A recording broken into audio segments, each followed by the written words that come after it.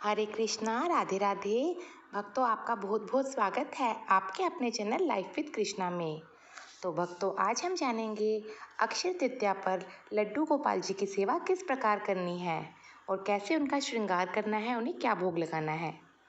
लड्डू गोपाल जी की सेवा एक बालक की तरह की जाती है।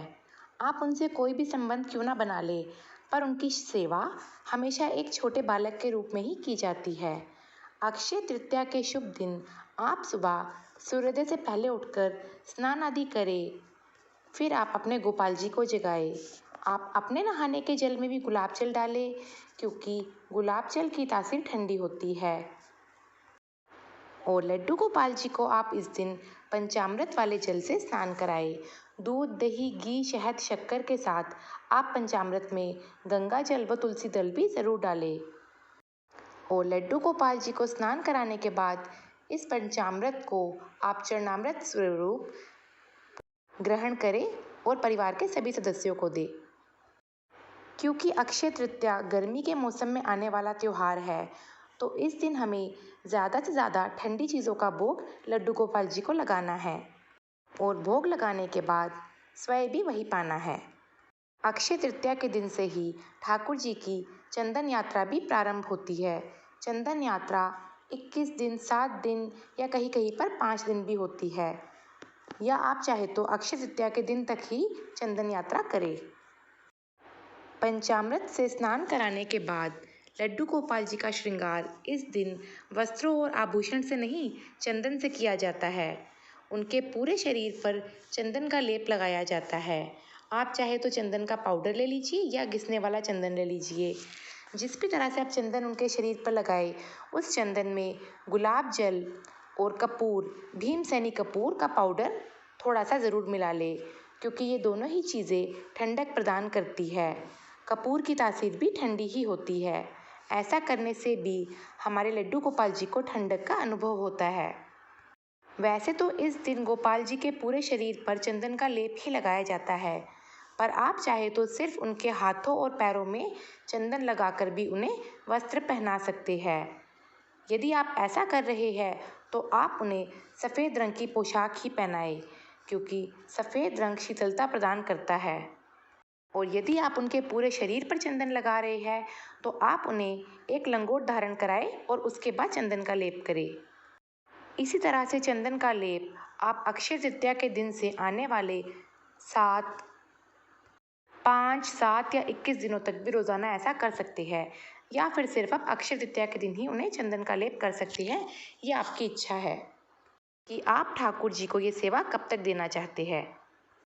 इस दिन ठाकुर जी को रोज़ाना की तरह ही दूध, माखन, मिश्री का भोग लगाने के बाद जो विशेष भोग लगता है वो होता है सत्तू का भोग। सत्तू की तासीर ठंडी होती है, तो आप सत्तू को पानी में घोलकर लाला को ये भोग ज़रूर लगाएं। बांके बिहारी जी को भी इस दिन सत्तू का भोग लगाया जाता है। सत्तू के साथ साथ आप ठंडक प्रदान करने वाली सभी चीज़ों का भोग ठाकुर जी को लगाएं। जैसे आप तरबूज, खरबूजा या फिर इसका जूस बना सकते हैं, आम या मैंगो शेक, आम पन्ना, नींबू पानी, ककड़ी, खीरा, जो भी पानी वाली रसीली चीज़ें हैं ठंडक प्रदान करने वाली, ज़्यादा से ज़्यादा उनका भोग ठाकुर जी को लगाए। लड्डू गोपाल जी का जो श्रृंगार आपने चंदन से किया है, वैसे तो उसे दोपहर तक या शाम तक ऐसे ही रहने दिया जाता है और चंदन के श्रृंगार में ही ठाकुर जी को भोग अर्पित किए जाते हैं। और दोपहर बाद या शाम के समय उन्हें दोबारा से स्नान कराया जाता है और फिर वस्त्र धारण कराए जाते हैं। आप चाहे तो कम से कम 1 से 2 घंटे उन्हें इसी तरह रहने दीजिए और उसके बाद उन्हें दोबारा से स्नान करा दीजिए, या फिर आप उन्हें किसी गीले कपड़े से पोंछ दीजिए। ठाकुर जी के शरीर से जो चंदन आपने उतारा है उसे आप संभाल कर किसी डिब्बी वगैरह में भर के रख दीजिए और रोज़ाना इस चंदन को अपने मस्तक पर लगाइए। चंदन का श्रृंगार उतारने के बाद आप उन्हें सूती पोशाक ही पहनाएं और संध्या की पूजा, रात्रि का भोग जैसे आप करते हैं उसी प्रकार करें। इस दिन विशेष रूप से ठाकुर जी के पैरों में पायल धारण कराई जाती है। बांके बिहारी जी के चरणों के दर्शन भी पूरे साल में इसी दिन होते हैं, तो जब आप सुबह सुबह अपने लाला को चंदन से श्रृंगार करें तो उनके पैरों में पायल धारण कराएं और उनके पैरों के दर्शन करें। और जब आप चंदन उतार दे उसके बाद भी उन्हें पायल धारण कराए रखें। जब आप लाला को विश्राम कराएं तब आप उनकी पायल उतार दीजिए, क्योंकि सोते समय पायल उन्हें चुभ सकती है। साथ ही इस दिन आप उन्हें खस, चंदन, मेहंदी, मोगरा, गुलाब आदि के इत्र भी ज़रूर लगाएं, क्योंकि गर्मी के मौसम में ये सभी इत्र शीतलता प्रदान करने वाले होते हैं और ठाकुर जी की ये इत्र सेवा भी इस दिन से प्रारंभ हो जाती है।